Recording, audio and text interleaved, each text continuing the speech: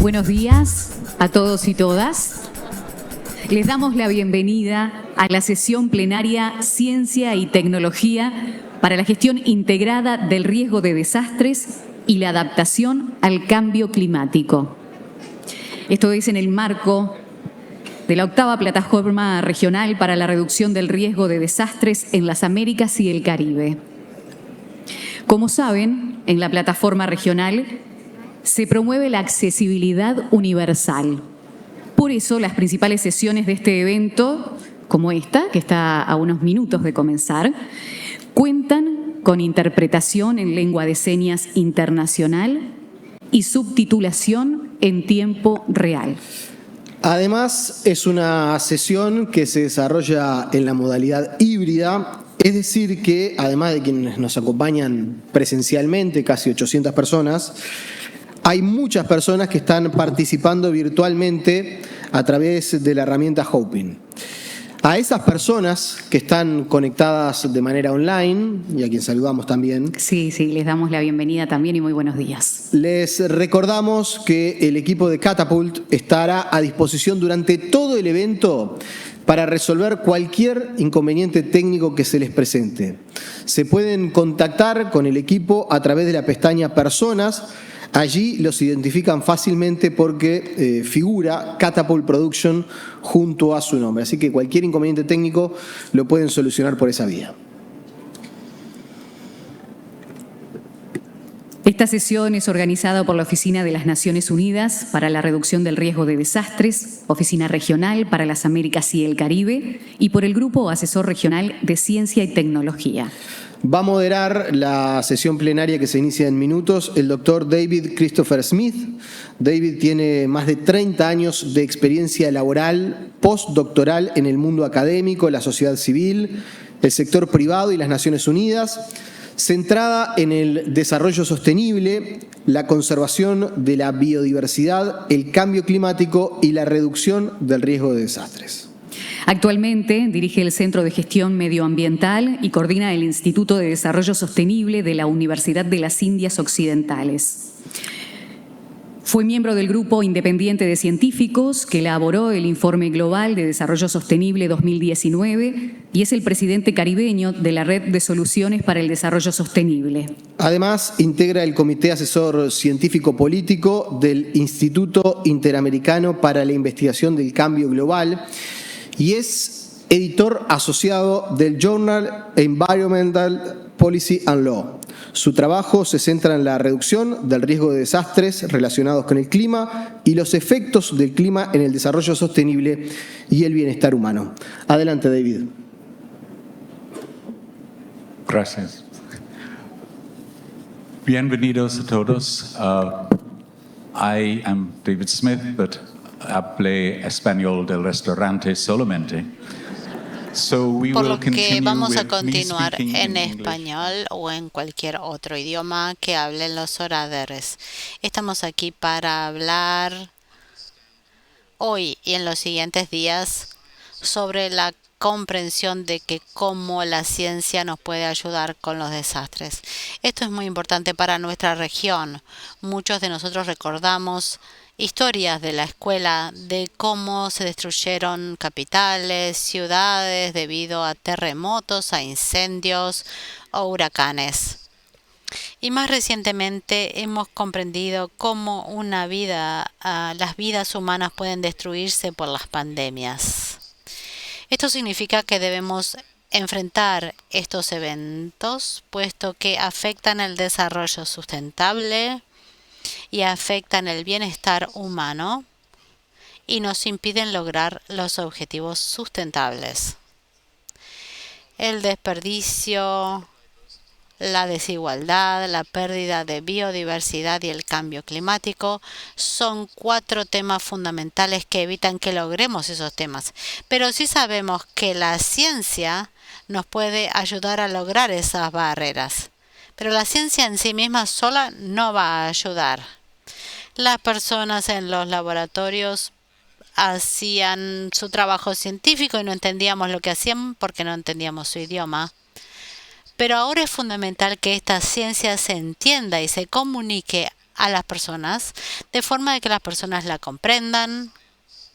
Es fundamental que la ciencia y las políticas interactúen entre sí y comiencen a compartir idiomas para que podamos implementar la ciencia de forma de que solucione nuestros problemas. Nuestro panel va a hablar de esto desde muchas perspectivas. Vamos a escuchar a Mami. Ella nos va a contar cuál es su experiencia, al igual que su panel, y ellas van a recibir preguntas y esperemos que tengamos tiempo para tener una pequeña discusión. No tenemos té, tenemos agua, pero sí podemos discutir. Ahora quisiéramos pedirle a Mami que por favor pase al podio y nos ayude a comenzar cómo podemos comenzar este diálogo.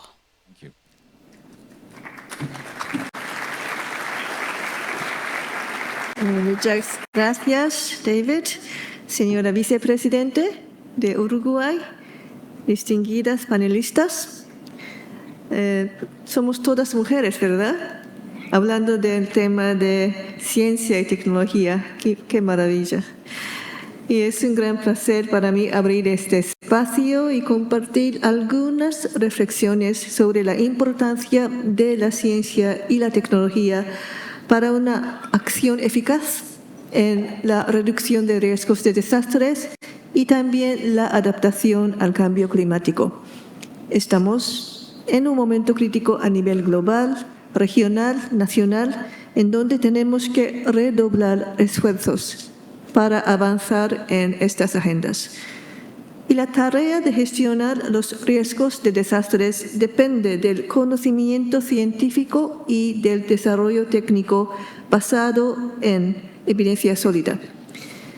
El informe regional de evaluación del riesgo de desastres en América Latina y el Caribe, que llamamos RAR, 2021, aboga por un cambio fundamental en la comprensión del riesgo de desastres y sus causas. Entre otros motivos de preocupación se encuentra, primero, insuficiente disponibilidad de información sobre riesgos. Segundo, la necesidad de abordar las causas profundas de los desastres. Tercero, la urgencia de promover inversiones sostenibles en la gestión correctiva y prospectiva del riesgo. Y cuarto, la necesidad de comprender y gestionar mejor este riesgo en una región crecientemente más urbana. Todas estas cuestiones requieren una transición en el enfoque de la gobernanza pasando de un foco de respuesta a un esfuerzo centrado en la gestión de riesgo o en prevención. Todas estas ideas señalan la necesidad de contar con una comunidad científica y tecnológica estrechamente vinculada a la formación de políticas. Un ejemplo, no es posible hacer frente a los terremotos sin comprender dónde y cómo se mueve y se dobla la corteza terrestre y cómo reaccionan los distintos materiales y estructuras de construcción a las presiones sísmicas. Asimismo, contar con edificios resistentes a los terremotos implica aplicar métodos de diseño y construcción adaptados y, muy importantemente, marcos de política que garanticen su aplicación. Otro ejemplo, no es posible lograr una mayor resiliencia de las comunidades sin conocer los factores sociales y el entorno cultural de la sociedad afectada y sin utilizar los conceptos y herramientas de las ciencias sociales y los saberes tradicionales. La evidencia presentada en el RAR 2021 identifica a América Latina y el Caribe como la segunda región más propensa a los desastres en el mundo, ya que 1 de cada 4 desastres en el mundo ocurre aquí. El marco de Sendai enfatiza la necesidad de conocer y entender el riesgo de desastres como requisito, fundación para su adecuada gestión o reducción. Si bien la inversión general en ciencia y tecnología de los países de la región no está al nivel adecuado todavía, la comunidad científica de la región realmente ha logrado generar importantes avances en el conocimiento de riesgos basado en la investigación. Aquí, el refuerzo de la cooperación científica constituye un elemento clave para mejorar la capacidad y la toma de decisiones informadas con respecto a la reducción del riesgo de desastres, con especial atención a los retos relacionados con los datos y la interacción entre ciencia y política. Sabemos también que existe en la región un reto importante de construcción y sistematización de la información sobre daños y pérdidas por parte de los países. El desafío que impone incidir en los factores subyacentes radica en cómo avanzar en el uso de la información sobre el riesgo y transformarlos en conocimiento útil, práctico, para todos los procesos de la toma de decisión sobre el desarrollo. Pero el verdadero desafío radica en el hecho de que no se dispone de recursos humanos ni financieros suficientes para poner estos en práctica. Si bien es importante impulsar el apoyo y los recursos a la ciencia y la tecnología en la reducción de riesgo de desastre, pero también tenemos que entender los retos existentes que impiden a los responsables políticos y a los responsables de la toma de decisiones hacer un mayor y mejor uso de la investigación científica disponible. En esta línea, UNDRR hemos trabajado con el Grupo Regional de Asesores en Ciencia y Tecnología, RSTAG, para desarrollar una agenda regional de investigación en el tema, la cual se ha hecho disponible para este evento, esta plataforma en la página web. Este ha sido un esfuerzo colectivo de identificar lagunas, brechas y proponer prioridades regionales para una mejor articulación entre producción de conocimiento científico e implementación de políticas públicas. La discusión sobre el desarrollo, acceso y uso de la tecnología debe considerar también el contexto de desigualdad y exclusión que prevalece en la región y que tiene manifestaciones concretas en las capacidades de uso y aprovechamiento de la tecnología. La pandemia ilustró la brecha digital existente y cómo millones de personas no tienen las mismas oportunidades para adaptarse a la virtualidad. En concluir, esperamos que esta plataforma, centrada temáticamente alrededor de la vinculación entre conocimiento científico e implementación de política pública, sirva para tender los necesarios puentes que nos permitan una reducción de riesgos más efectiva para un desarrollo más sostenible y resiliente. Muchas gracias.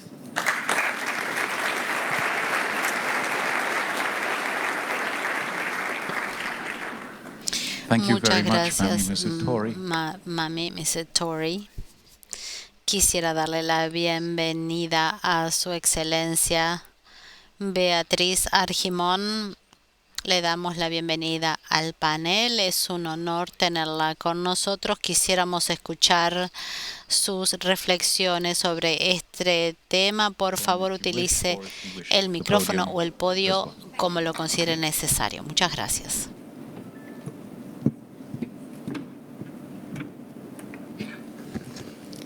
Muy buenos días a todas, a todos.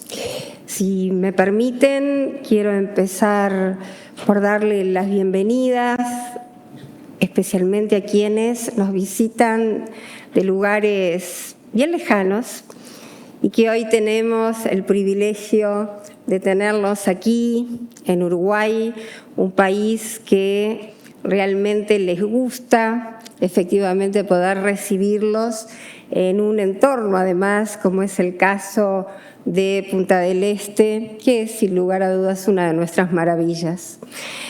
Agradecerle a quienes han organizado aquí en nuestro país un evento de estas características y en ese sentido, tanto a las oficinas que representan a Naciones Unidas en nuestro país, pero también a quienes son especialistas en el tema aquí a nivel nacional, que sabemos el trabajo que conlleva poder organizar un evento de estas características donde por suerte ya el número de asistentes muestra el éxito de estas jornadas. Así que permítanme, después de darle las bienvenidas, felicitar a quienes han hecho posible esta nueva instancia y de encontrarnos, vernos las caras muchos de nosotros, aunque por suerte también podemos estar en contacto en forma híbrida hablando de tecnología, ¿verdad? Así que las felicitaciones del caso.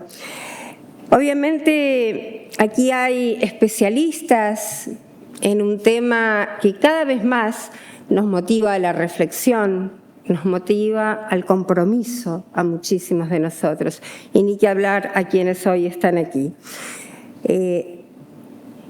Obviamente no voy a hablar desde el punto de vista técnico de lo que ustedes están llevando adelante, porque para eso están ustedes. Pero detrás de esto debe haber un compromiso político y de los gobernantes, y de eso se trata mi presencia, y así fue pensado para quienes decidieron que yo estuviera aquí con todos ustedes.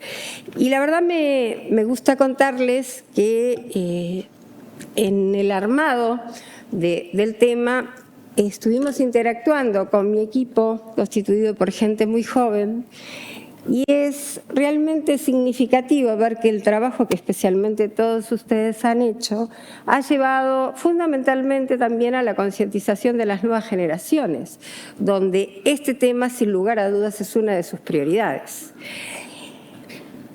Cuando repasaba precisamente la página de Naciones Unidas, me quedé para ir pensando cómo desarrollar este tema en una frase que me parece realmente muy motivadora. Cada decisión y acción que tomamos nos hace más vulnerables a los desastres o, por el contrario, más resilientes. Y realmente esa frase creo que nos pone decididamente en ese momento de decisión de qué lado queremos estar. Mucho más un gobernante, donde decididamente hay algo que es notorio, y aquello que nos advertían hace unos años del cambio climático, de cómo iba a incidir en nuestras vidas, en lo cotidiano, fenómenos que muchas veces veíamos como eventuales, o en nuestro caso, en nuestro país, como algo lejano. Evidentemente hoy somos conscientes que debe ser una prioridad en la confección de políticas públicas. Pero también hay otro tema que fue también de alguna manera parte de lo que nos dejó como enseñanza, por lo menos en nuestro país, la pandemia de COVID. Obviamente todos sabemos la importancia que tiene la ciencia y la tecnología en nuestras vidas, pero muchas veces cuando se toman medidas, especialmente en los presupuestos nacionales, a veces ese equilibrio que debe existir no es considerado, porque siempre sabemos en la confección de un presupuesto que hay que organizar muy bien las prioridades.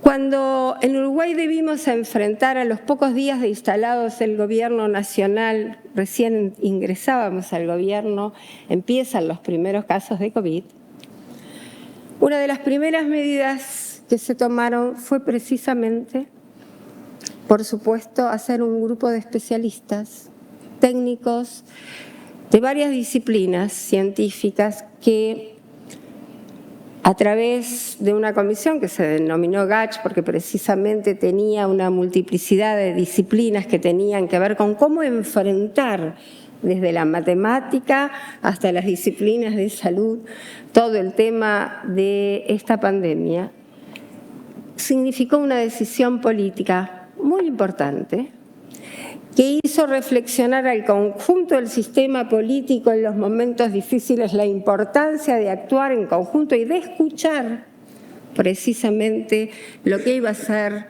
la toma de medidas imprescindibles para enfrentar la pandemia, pero además creo que fue algo que en perspectiva histórica nos ha demostrado la importancia de trabajar juntos, interrelacionados y no en estancos separados. Y creo que ese fue un aprendizaje no solo a nivel de un ejecutivo, sino también de un legislativo. Y esto me parece importante como presidenta de la Asamblea General del Parlamento Nacional. Ustedes saben que Uruguay es un país de alta adhesión democrática y en nuestro país el Parlamento obviamente tiene una vida muy intensa y se constituyó por primera vez en la historia la Comisión de Futuros. Y uno de los temas prioritarios en el Parlamento Nacional tiene que ver precisamente con lo que ustedes están tratando. En un modelo absolutamente novedoso, donde los partidos políticos todos, previo a futuras campañas electorales, debaten sobre este tema, lo que implica que de futuro va a formar parte de sus respectivas plataformas políticas. Y para nosotros eso ha sido una señal muy importante, que tiene que ver con lo que ustedes nos han estado indicando durante los tiempos que han trabajado para concientizarnos, pero que además, sin lugar a dudas, hoy no queda otro rumbo. El mundo nos ha dado señales por demás claras de la necesidad de trabajar todos juntos y asignarle a la ciencia, a la tecnología, un lugar prioritario. Por supuesto, en una sociedad como la nuestra, pequeña, pero sumamente informada, hicimos un repaso de determinados eventos y en ese ejercicio que les comentaba empezábamos por eventos muy lejanos y aislados que parecían eventuales en la historia de cualquier país. Por ejemplo, una inundación que se daba cada tanto tiempo. Entonces la respuesta es, bueno, se ha dado, tomemos las medidas para encarar hoy esta situación que se nos presenta. Pero obviamente el tiempo ha cambiado, los tiempos han cambiado. Y por tanto, la prevención, esa exigencia de estar al día en los acontecimientos que nos van marcando futuros eventos y que pueden desembocar en crisis, sin lugar a dudas marcan una nueva agenda de los gobiernos, de las sociedades, y se hace imprescindible actuar interdisciplinadamente. Ya no basta con decir, pedimos la asesoría determinada de grupos técnicos. El trabajo debe ser conjunto y debe ser, sin lugar a dudas, con una proyección permanente, porque también las respuestas cada vez más deben ser más rápidas y requieren de más exigencia. Miren, Uruguay hace 3 años consecutivos que padece una sequía. Y lo que en la primera instancia fue salir a dar respuesta, y principalmente con la institucionalidad que ahora después voy a comentar que ha sido tan importante para nuestro país, obviamente se tomaron las medidas que efectivamente colaboraban con la situación de esa crisis. El segundo año ya nos encontró más preparados, pero este tercer año ya fue realmente un año convocante para decir, entre todos, ya desde hoy estamos trabajando, porque esto ya está instalado. Y digo esto porque el propio sistema empieza a dar respuestas mucho más rápidas y está convocado permanentemente a la prevención, cosa que antes no pasaba, porque precisamente veíamos esto como fenómenos que cada tanto se daban. Yo no quiero aburrirlos con fenómenos que hemos tenido, pero tengo muy claro, tenemos una cantidad, pero acá los uruguayos que están presentes se van a acordar, una noche del 23 y 24 de agosto del 2005, que nos sorprendió. Es una noche para los que no son uruguayos, algo especial, es una festividad de nuestra independencia, pero además donde los uruguayos salen de festejo, lo que se denomina la noche de la nostalgia. No había prevención de grandes problemas para esa noche y sin embargo nos sorprendió un gran temporal que tuvo efectos materiales y humanos de significación como nadie nos había prevenido, pero además que hubo, si se me permite, desde el lado social un antes y un después. No desde el lado técnico, que también hubo un reconocimiento de lo que tenía que avanzarse, pero para la población fue algo realmente que marcó un antes y un después. A los días, después que nos sorprendíamos nosotros mismos de lo que había pasado, el SINAE, que es nuestro Sistema Nacional de Emergencias y que ha cumplido y cumple un rol importantísimo en nuestra sociedad, nos comunicó que se trató de un ciclón extratropical con rachas que alcanzaron los 174 kilómetros por hora y que golpeó al sur de nuestro país durante más de 10 horas.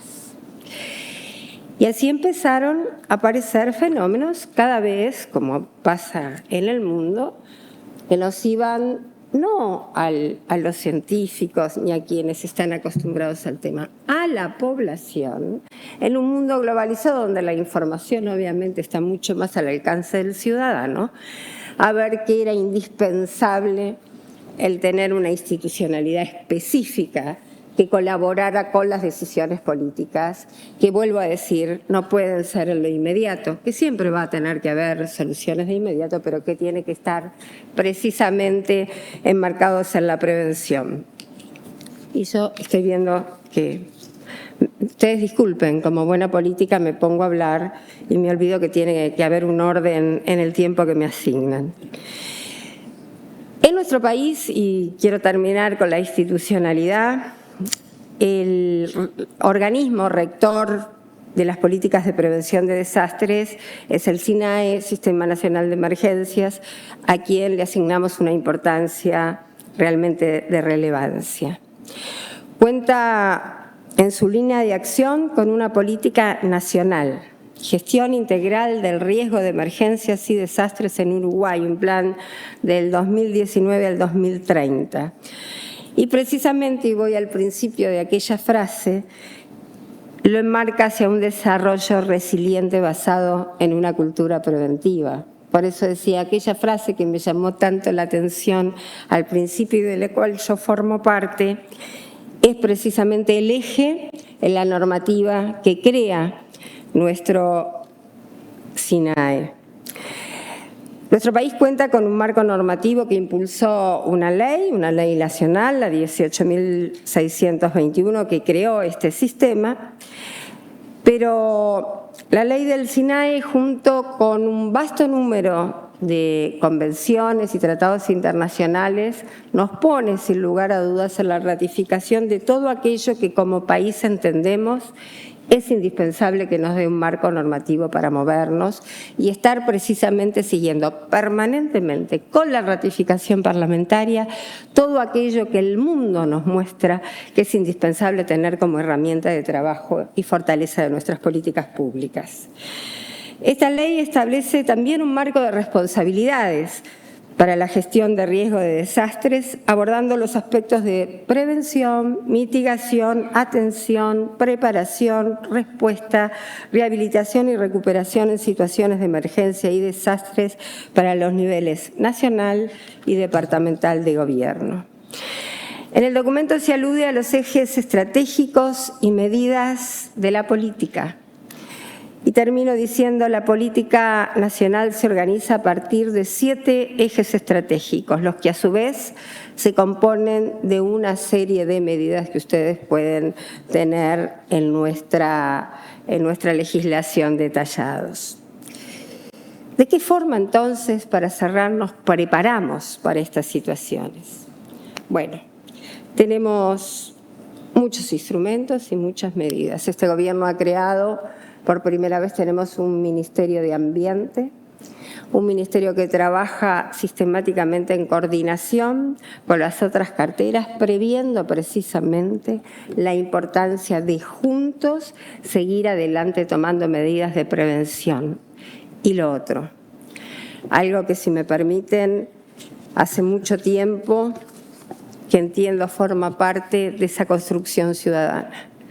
Lo indispensable que el sistema educativo tenga en sus programas educativos esa concientización indispensable de lo que implica todos estos temas y además la importancia que en los momentos del presupuesto todo esto que decimos en las normas sea amparado por el acompañamiento de medidas económicas que impliquen y pongan de relevancia la importancia que implica esa resiliencia que debe ser, sin lugar a dudas, no solo un compromiso individual, sino de los Estados. Muchas gracias.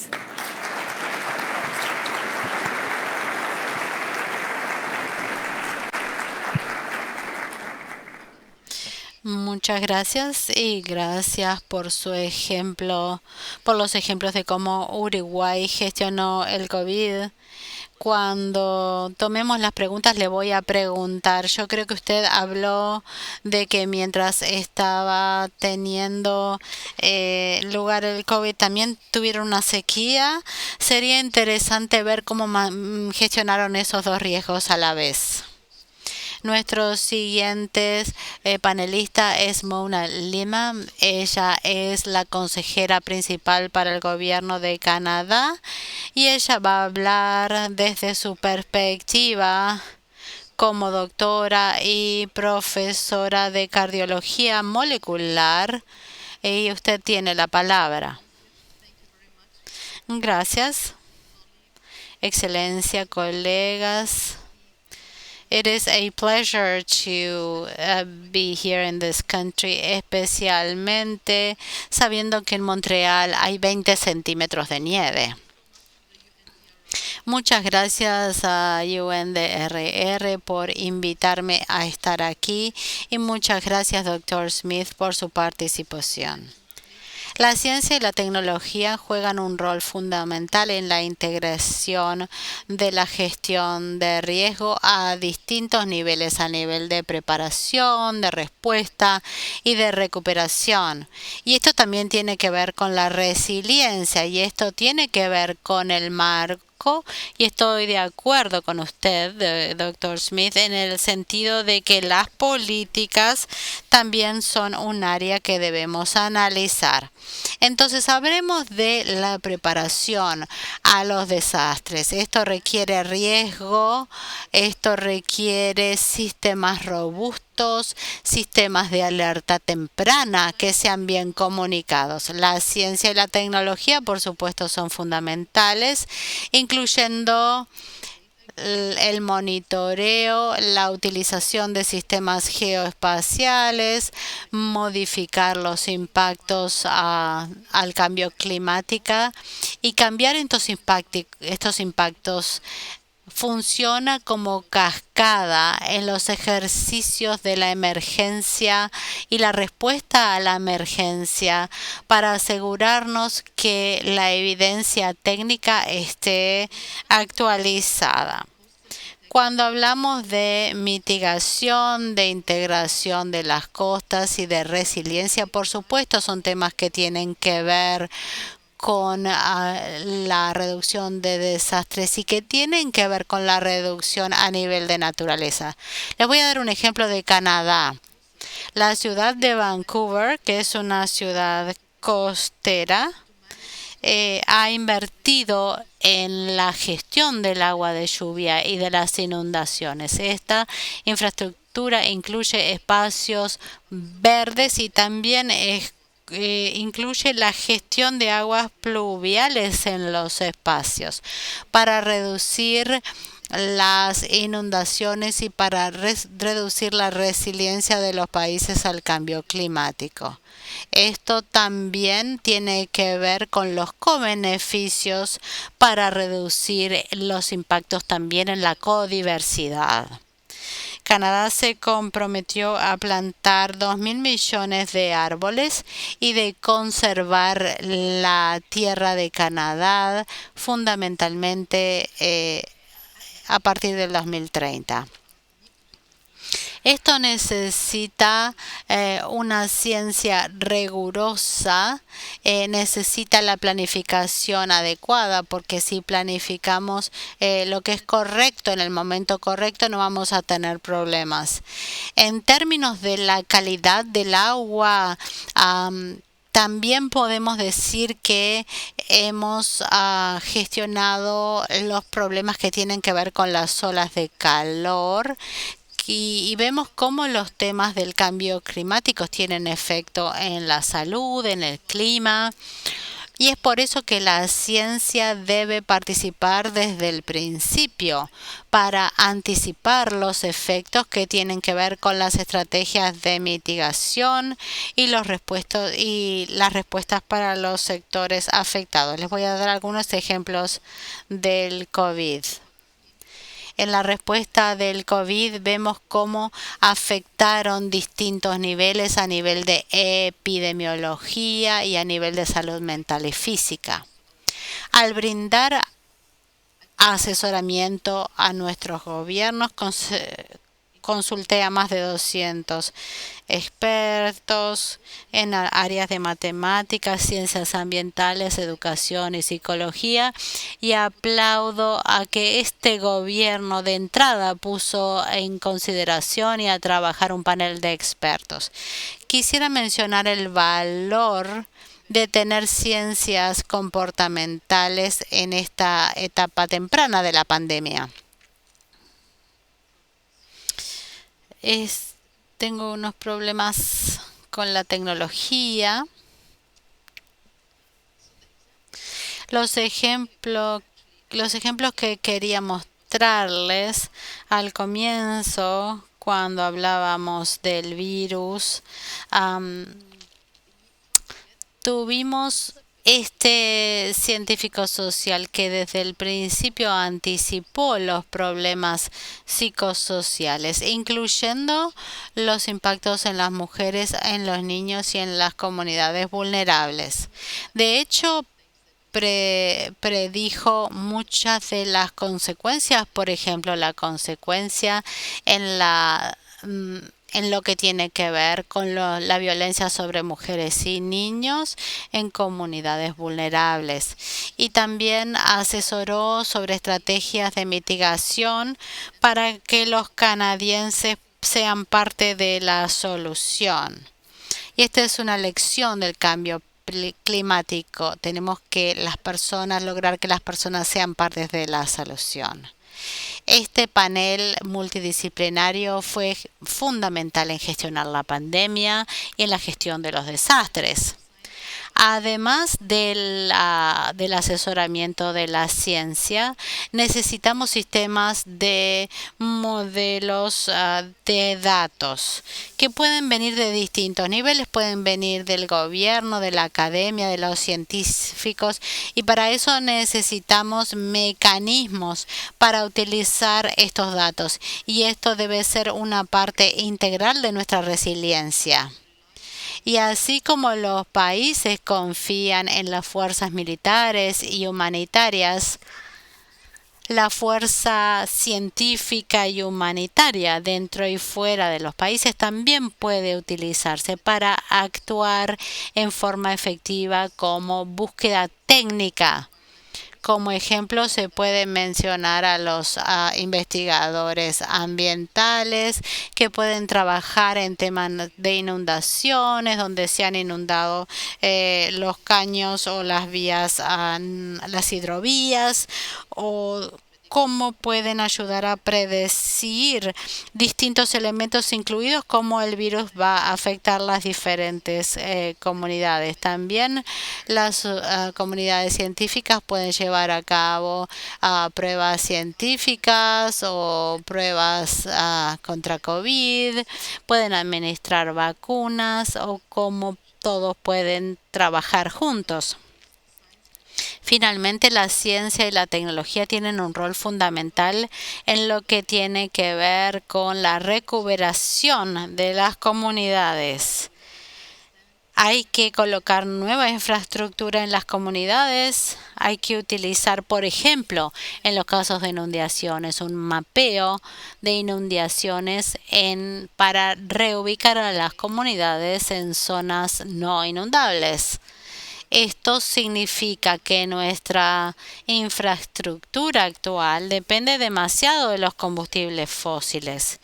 Debemos de poder brindar a los lugares de servicios básicos como los hospitales otro tipo de innovación tecnológica que no sea necesariamente los combustibles fósiles para lograr mejorar el compromiso. Es decir, si trabajamos juntos para reducir el desastre y compartimos conocimiento y colaboración, podemos construir capacidad y podemos asegurarnos de los beneficios de la ciencia y la investigación. El gobierno de Canadá ha establecido un programa de gestión de reducción del desastre para prepararse y responder a los desastres naturales como huracanes e inundaciones.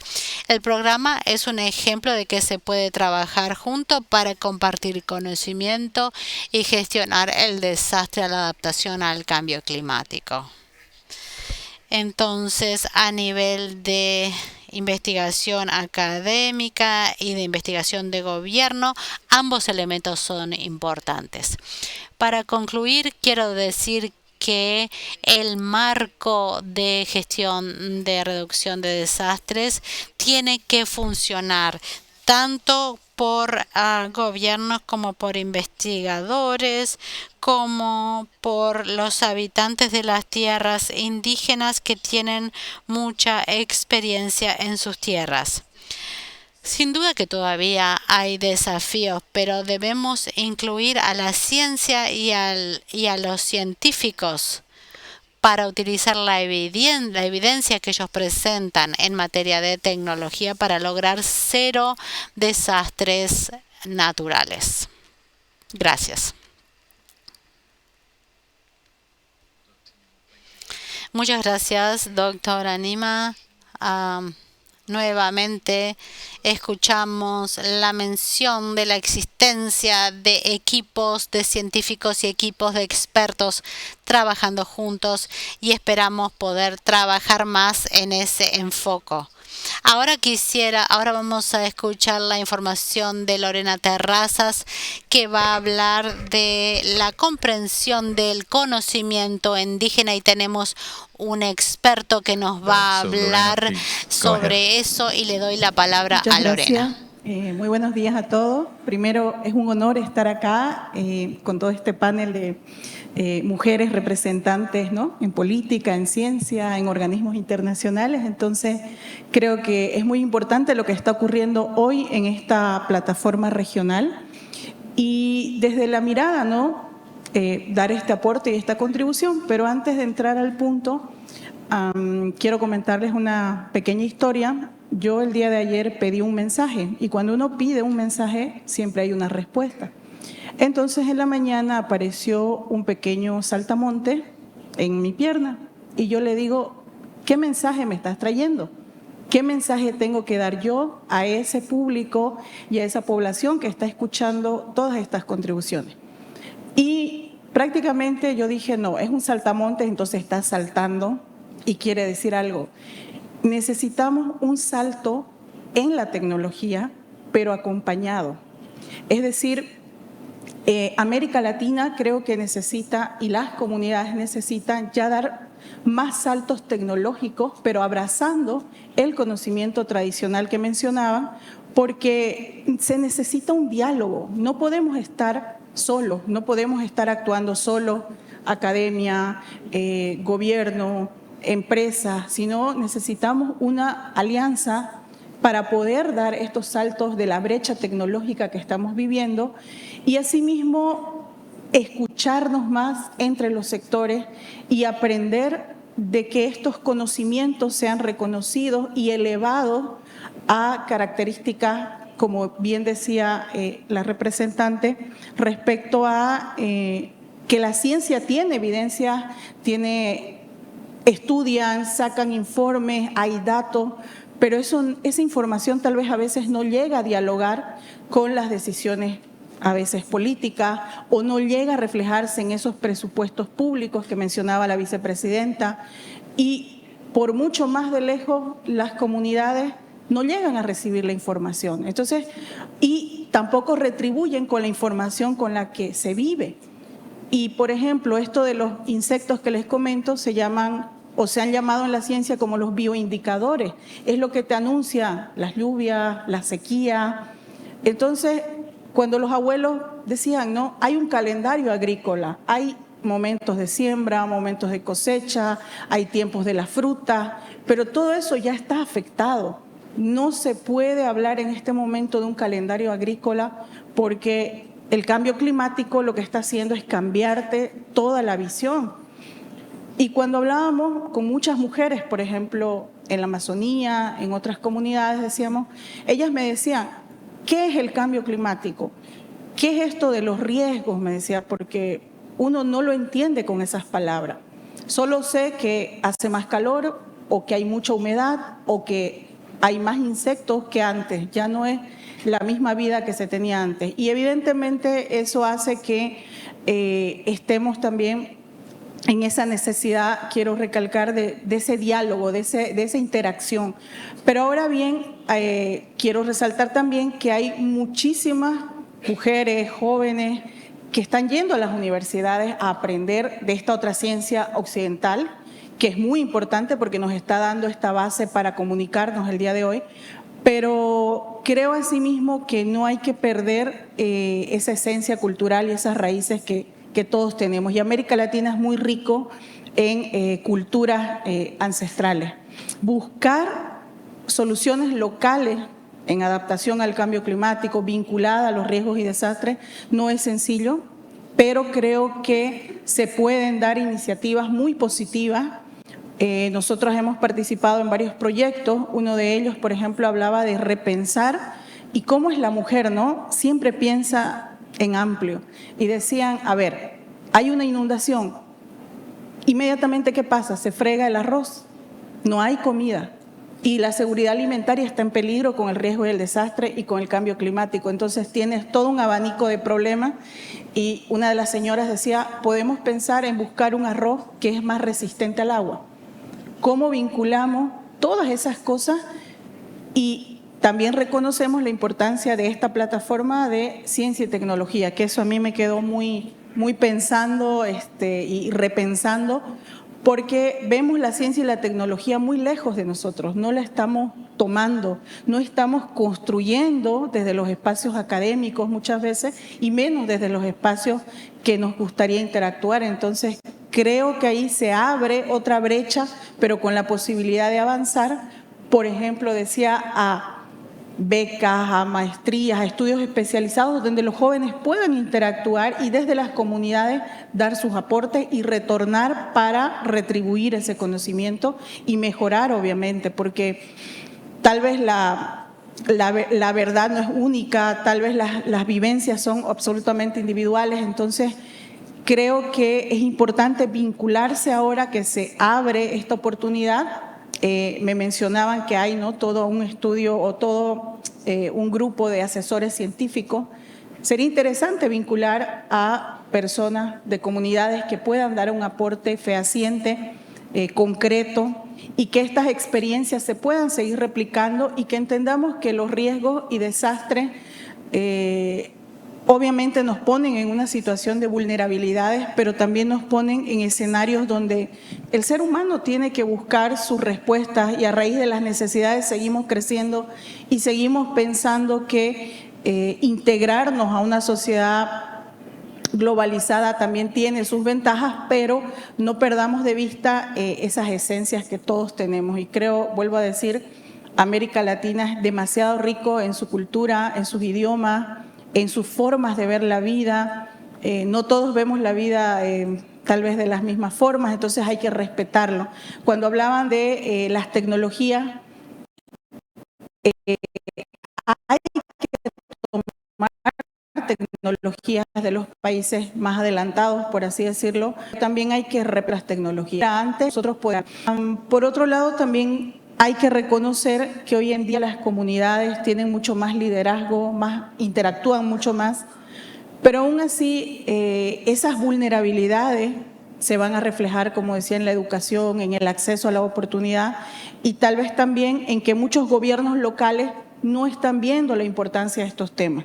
A nivel nacional hay mucha sensibilidad, creo hoy, en lo que es el marco de Sendai, en los pilares que propone el marco, pero también necesitamos que las políticas nacionales bajen hasta lo local y que de lo local se impregnen y puedan ascender en las comunidades, ¿no? Entonces hay que también pensar en esas políticas de bajada y sobre ello en esos presupuestos públicos que vuelvo a recalcar me parecen muy importantes porque al final también las comunidades acceden a ciertos presupuestos, pero eso depende de esa voluntad que mencionaban, del interés que haya en poder hacer estos proyectos conjuntos.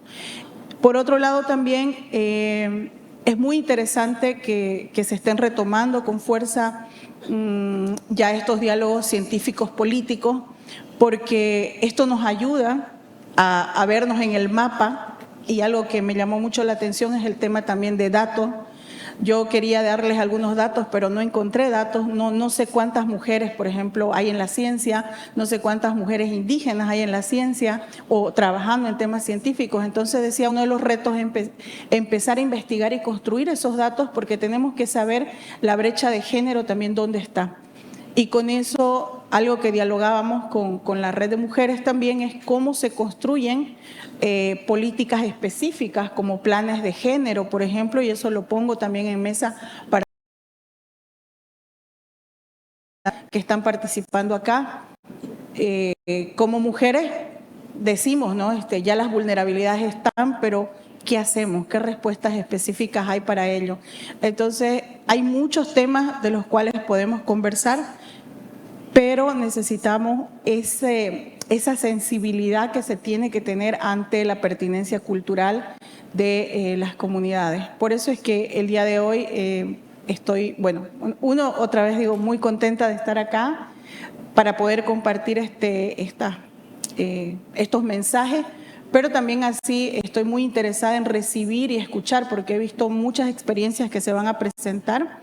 Más que todo quiero que repiensen y piensen, muchos estamos vinculados al trabajo desde la academia es muy importante, el gobierno es decisivo para vincularnos también y dar los lineamientos, pero creo que las mujeres somos una fuerza motora que está también moviendo y tal vez esto hace unos años no sería pensado, o sea, es como estar en un escenario así y tener tanta fuerza, es algo nuevo.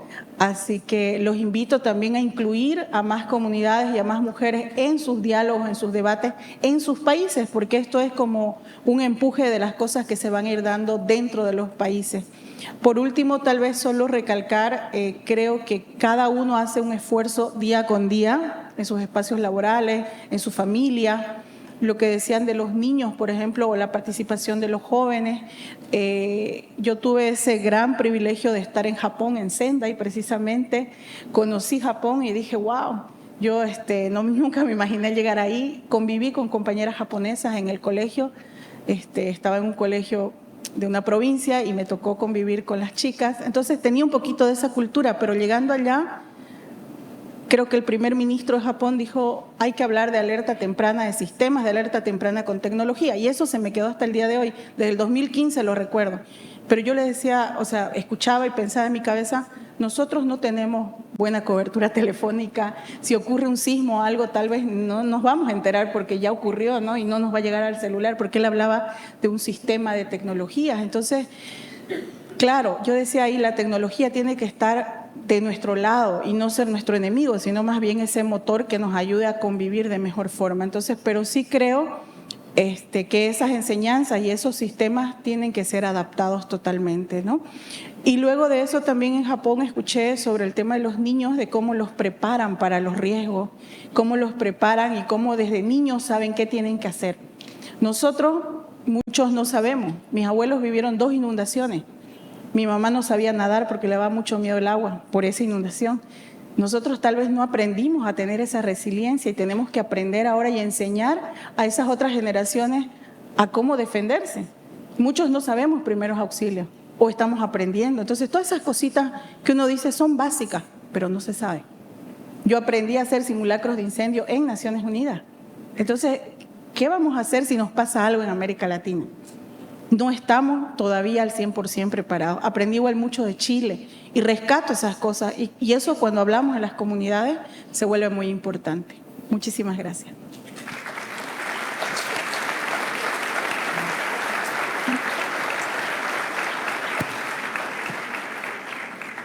Lorena, thank you Gracias, very Lorena. much.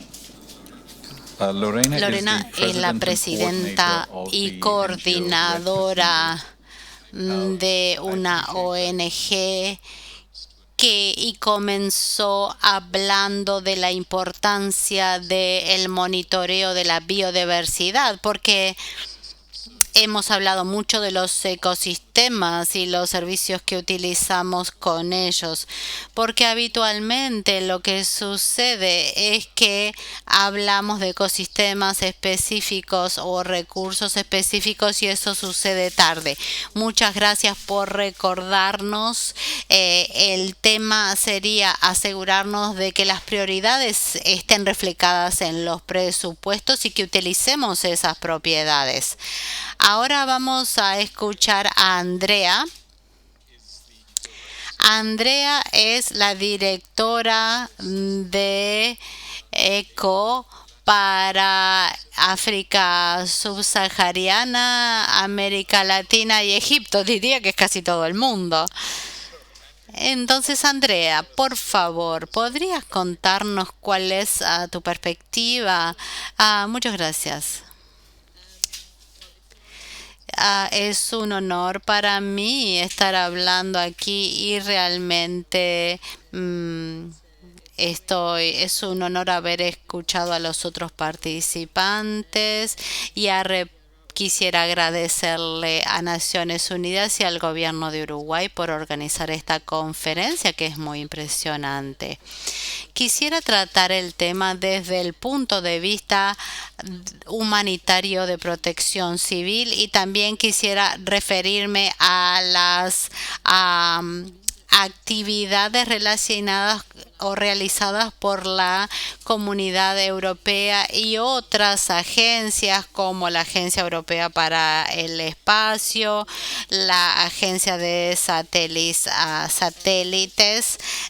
Global, y quisiera mencionar 4 puntos específicos. El primero es el mundo en el que vivimos. Para quienes trabajamos en la respuesta al desastre, hay una sensación de aceleración de los eventos. Que los eventos normalmente le pegan a las sociedades más vulnerables, reciben mayor el impacto, está creciendo la intensidad de los desastres y también la vulnerabilidad de las poblaciones afectadas y también la construcción de resiliencia en los varios aspectos. Por lo tanto, comprender a los desastres es algo que no solamente se basa en la intensidad del evento. Esto se basa en las vulnerabilidades de las poblaciones afectadas y su capacidad de recuperación. Si vemos los casos, por ejemplo, de Turquía y Siria, vemos cómo este caso tiene que ver cómo no es tan grave el caso en en Turquía como lo es en Siria. Quiere decir que existe una diferencia de resiliencia dependiendo del ambiente en el que viven. Ayer en el taller ECO hablamos de la preparación para el riesgo sistémico y eso lo hicimos desde el punto de vista también de las mujeres que trabajan en ciencia, incluidas las ciencias sociales, lo que hace que algunos países participen en eso. A partir de mediados de agosto, el sistema de preparación de información europea, vimos cómo se quemaron miles de hectáreas en la comunidad europea y también vimos el mismo sistema, esta situación dramática en esta parte del mundo.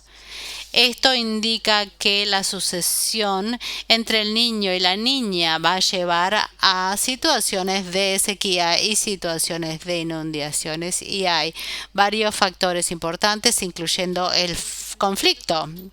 Entonces es crítico invertir en el cambio climático y en su adaptación. Fundamentalmente debemos enfrentar los diferentes desafíos que están encontrando, ver los desafíos de las políticas públicas, de los presupuestos humanitarios del sector privado, para que podamos trabajar como un objetivo fundamental de la prevención de desastres para aquellos que están sufriendo crisis económicas. También tenemos que trabajar en lo que tiene que ver con silos de conocimiento, es decir, encontrar las disciplinas para que quienes practican las disciplinas científicas, como mencionó Lorena, puedan utilizarlos. Esto nos trae al desarrollo del mundo científico.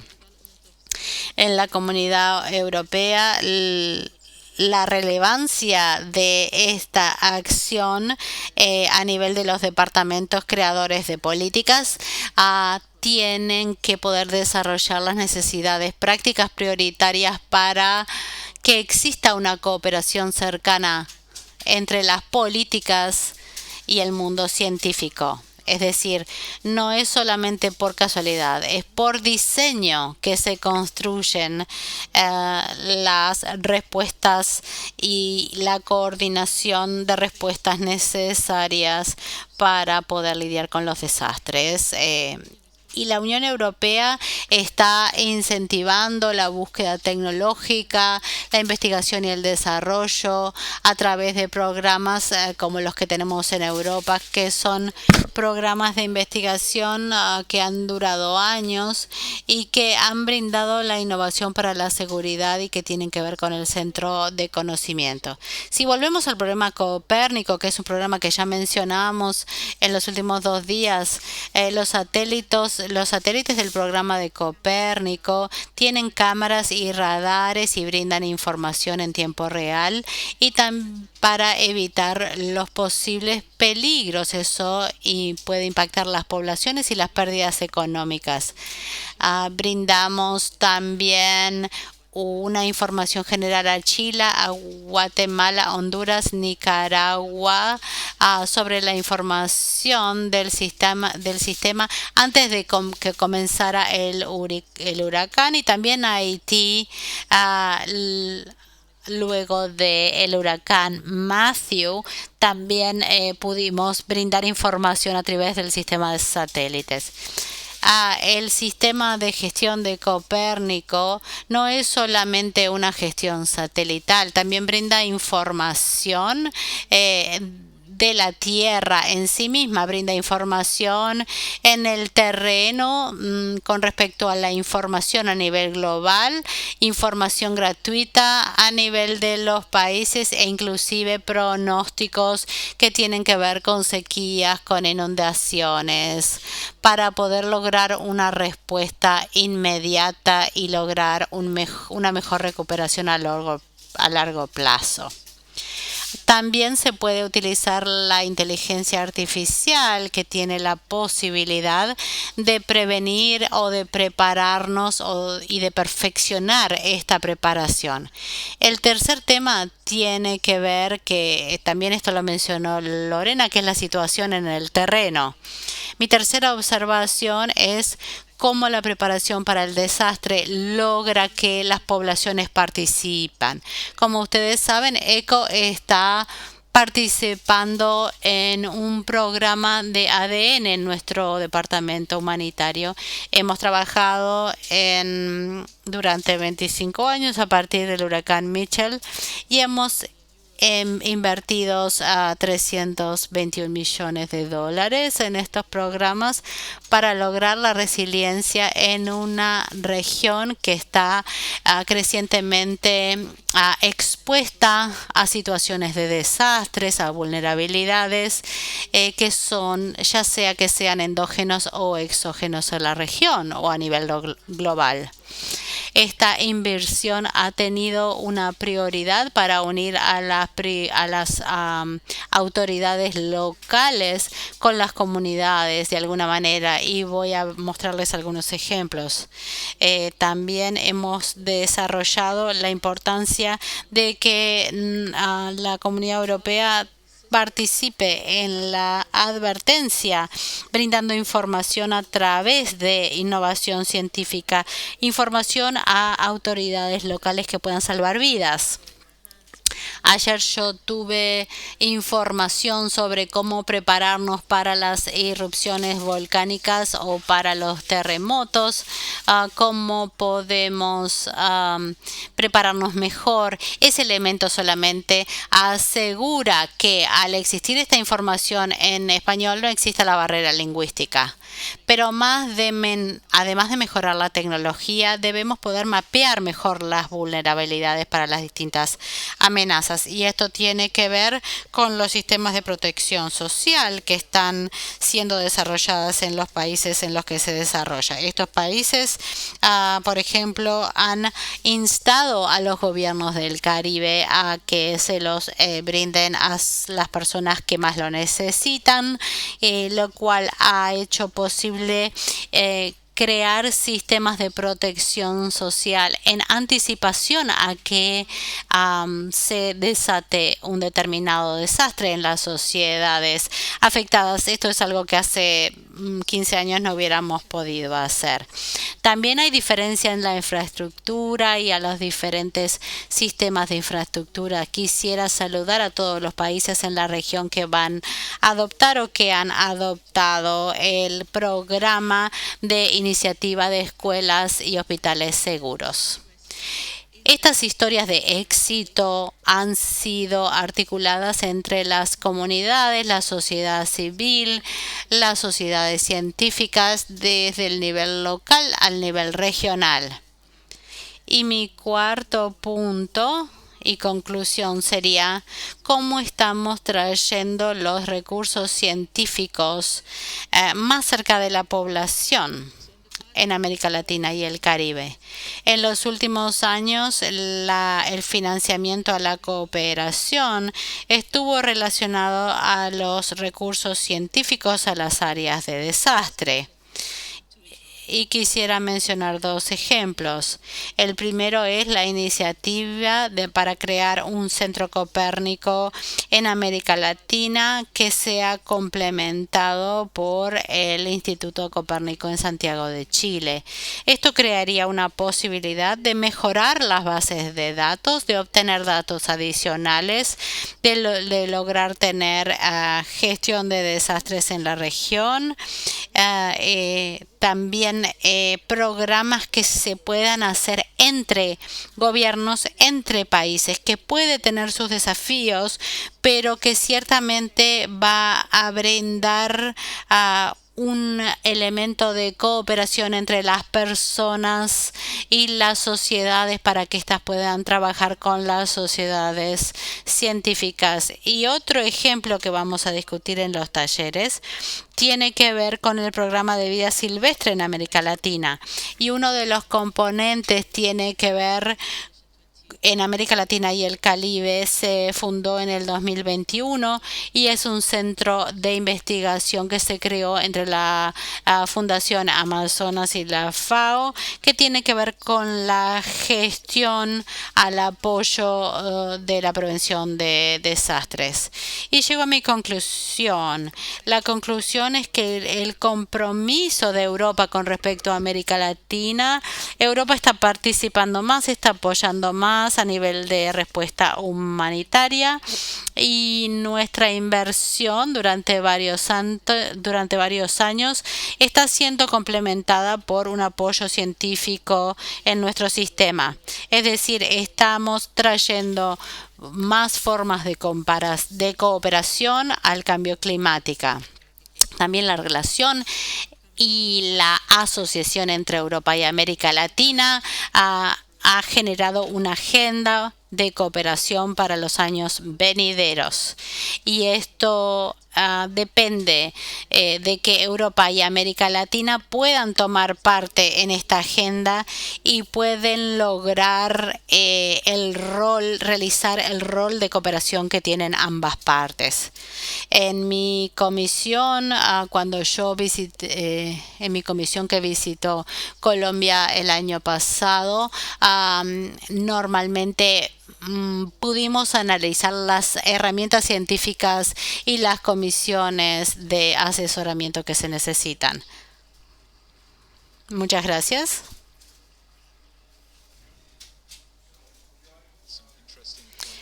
Son puntos interesantes que tienen que ver con los temas de imágenes satelitales y me interesa a mí especialmente comprender más de cuál es el rol de los países y cuál es la necesidad de los países en lo que tiene que ver con imágenes satelitales.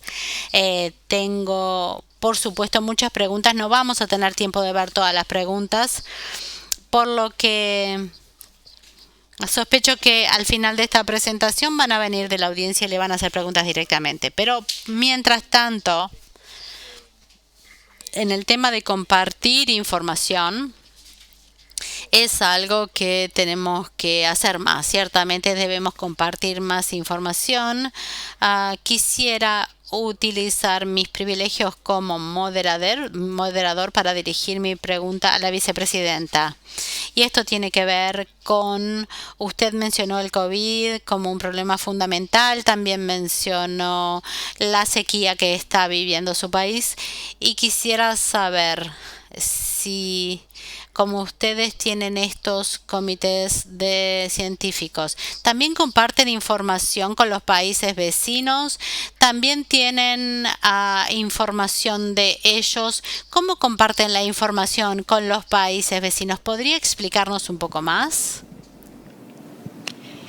Sí, evidentemente fue una experiencia muy interesante. Primero porque el presidente de la República basó las líneas de acción del gobierno, primero con el asesoramiento permanente de este conjunto de científicos uruguayos. Olvidé añadir que me parece importante que desde el primer momento de constitución de este grupo de especialistas se unió al grupo de trabajo la directora del Instituto de las Mujeres, porque desde el principio se supo que situaciones como las que se prevían íbamos a pasar con COVID, las mujeres y los niños iban a ser muy afectadas. Entonces, me parecía importante añadir el corte de género que hubo desde el primer momento. En segundo lugar, obviamente, tras la filosofía que el presidente de la República enunció como libertad responsable, hablándole permanentemente a la ciudadanía, haciendo parte de los ciudadanos de lo que implicaba no tener nuestra sociedad un encierro obligatorio, pero sí basado en esa libertad que implica cuidarnos para cuidar al resto. basado en eso y en la escucha al grupo de científicos, es que se desarrollaron las políticas públicas. Amén de que obviamente Uruguay tiene un sistema científico absolutamente involucrado con científicos del mundo y permanentemente hubo un intercambio a nivel global a efectos de poder estar acompañando los lineamientos que quienes están más avanzados que nosotros podían darnos, y en ese sentido creo que la experiencia mostró que transitamos en lo que fue, vuelvo a decir, el concepto de libertad responsable, ese trabajo de permanente escucha de lo científico no solo sirvió para la pandemia, sino que sirvió para sentar las bases de ese relacionamiento que lo científico debe tener en todos los órdenes, mucho más en los temas que hoy estamos tratando, porque implica evidentemente también un aprendizaje de lo que significó el poder trabajar en forma conjunta, ¿verdad? Que muchas veces los científicos estaban en estancos separados. Entonces pienso que por ahí fue que esa fue una gran enseñanza y la base de cómo uno enfrentar los nuevos tiempos también.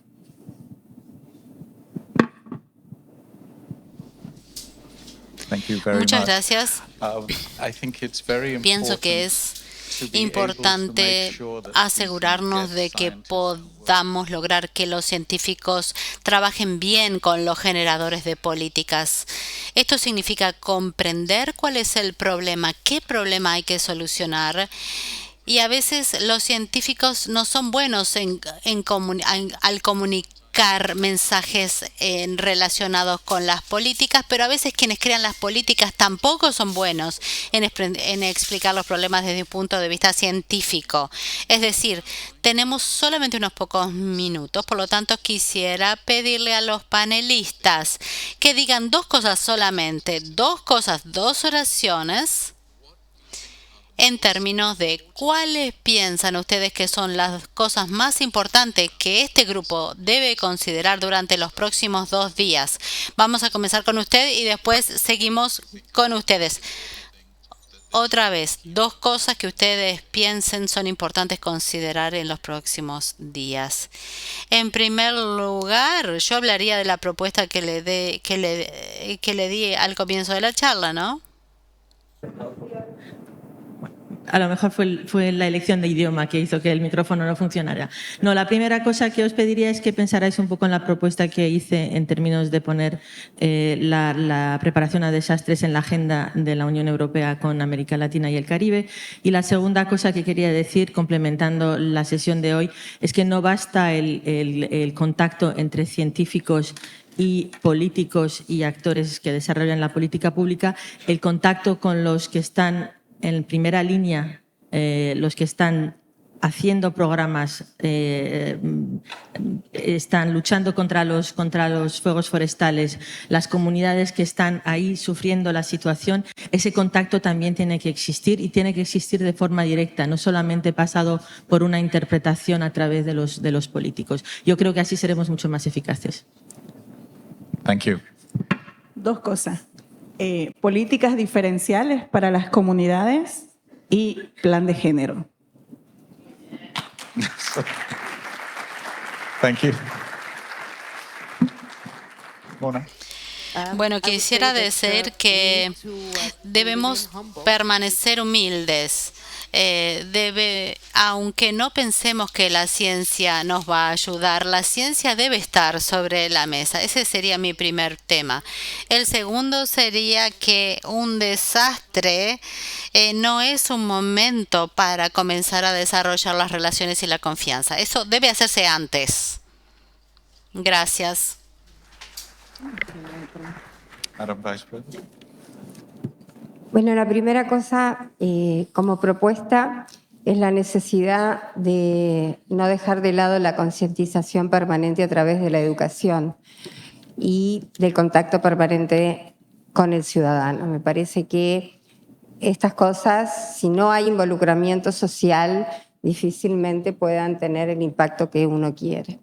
Y en segundo lugar, el tema de los presupuestos acorde a lo que los avances de estos tiempos implican, porque necesariamente, evidentemente, hay muchas inequidades respecto a aquellos países que, pudiendo tener resultados buenos por el nivel de sus científicos, no llegan en virtud de tener poco presupuesto. Y si se me permite, redondeando esto y en base a la pregunta de nuestro moderador o de la reflexión, la necesidad de una buena comunicación.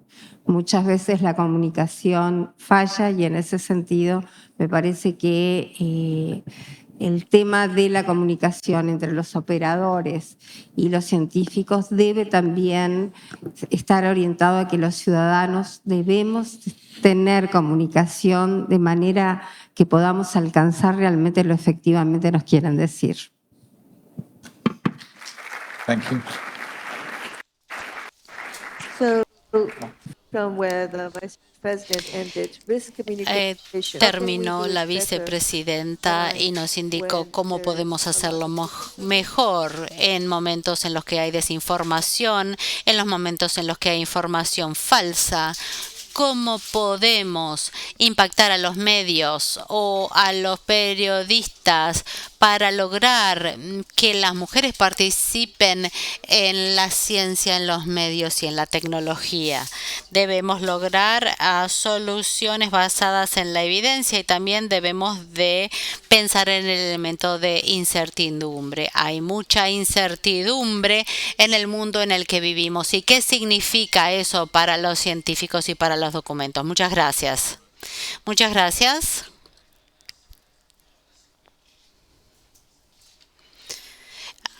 Pienso que debemos tener más tiempo. Ha sido un movimiento realmente interesante escuchar todas estas perspectivas diferentes del mismo problema.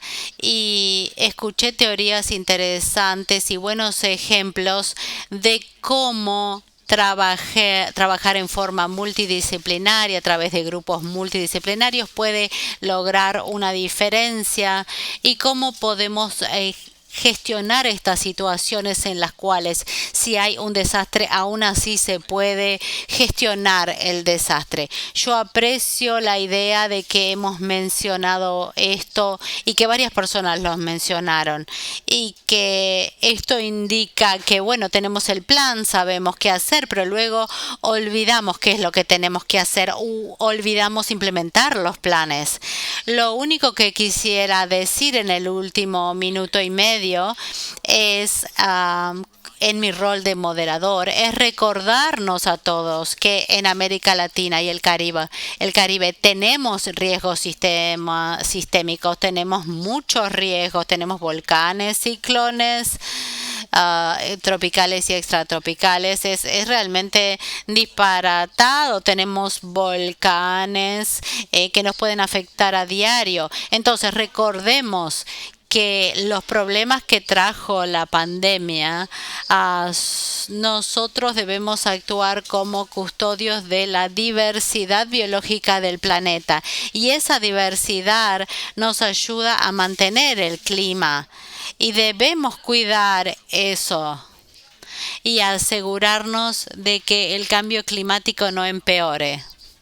Por ejemplo, nuestros bosques, nuestros corales, todos son vitales para asegurarnos que podemos continuar prosperando.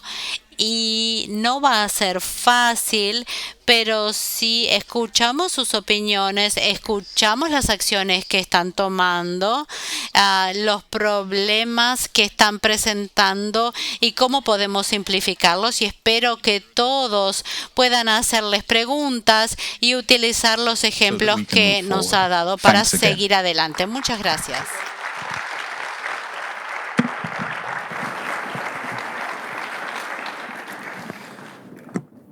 Muy bien, de esta manera estamos dando por finalizada la sesión plenaria sobre ciencia y tecnología para la gestión integrada del riesgo de desastres y la adaptación del cambio climático, agradeciendo obviamente a David por la moderación y también a todos los expositores por sus aportes de esta reunión que fue la que inauguró. De alguna manera rompieron el hielo de estas reuniones plenarias que vamos a tener durante 3 días en este evento, la 8ª plataforma de las Américas y el Caribe para la reducción del riesgo de desastres. Saludando la presencia de la vicepresidenta de la República, Beatriz Argimón. Les recordamos que en la plataforma promovemos la sostenibilidad y el respeto al medio ambiente. Por eso, vamos a recomendar evitar los plásticos de un solo uso, optar por materiales reutilizables. Para facilitárselos, hemos dispuesto dispensadores de agua para recargar sus botellas y también se han instalado estaciones de reciclaje para que puedan depositar papeles, plásticos y residuos orgánicos. Antes de terminar, vamos a seguir obviamente en un ratito nada más con las actividades. Los invitamos a acercarse al Salón Monte Carlo, cruzando el foyer del hotel, para poder recorrer la expo y además escuchar las presentaciones de las iniciativas innovadoras, gestión integral de riesgos, que a lo largo de los 3 días los y las referentes de la región van a estar realizando aquí enfrente, en el Ignite Stage. Buenas tardes y nos reencontramos en unos minutos.